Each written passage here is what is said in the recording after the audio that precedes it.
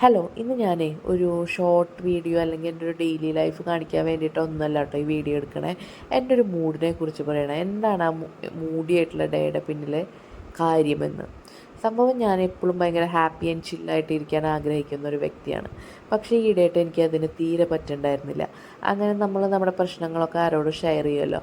അപ്പോൾ എന്താ വീട്ടിൽ പറയുന്നുണ്ടെങ്കിൽ കൂടി ഞാൻ എൻ്റെ കൂട്ടുകാരിനെ ഒന്ന് വിളിച്ചു കഴിഞ്ഞപ്പോൾ അതായത് എൻ്റെ പീരീഡ്സിൽ ബ്ലീഡിങ് തീരെയില്ല. അതാണ് എൻ്റെ മെയിൻ പ്രശ്നമായിട്ട് എനിക്ക് തോന്നിയത്.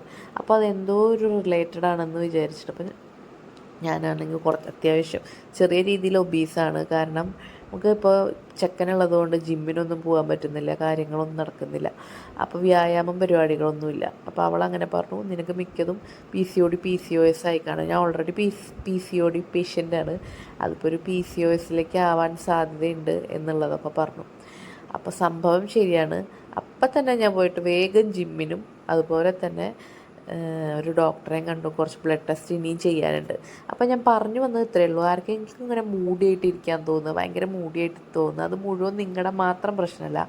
നമ്മുടെ ഹോർമോൺസൊക്കെ ഭയങ്കര ഇമ്പോർട്ടൻ്റ് റോളാണ് അതിന്. നമ്മുടെ ഹോർമോൺസ് നല്ല പണി തരും നമുക്ക്. അപ്പോൾ എല്ലാവരും ഇതൊക്കെ ഒന്ന് ചെക്ക് ചെയ്ത് ഇരിക്കുക, നല്ല ഹാപ്പി ആൻഡ് ചില്ലായിട്ടിരിക്കുക. അപ്പോൾ അത് പറയാൻ വേണ്ടിയിട്ടാണ് ഞാനിത് ചെയ്യുന്നത്. അപ്പോൾ അത്രയേ ഉള്ളൂ.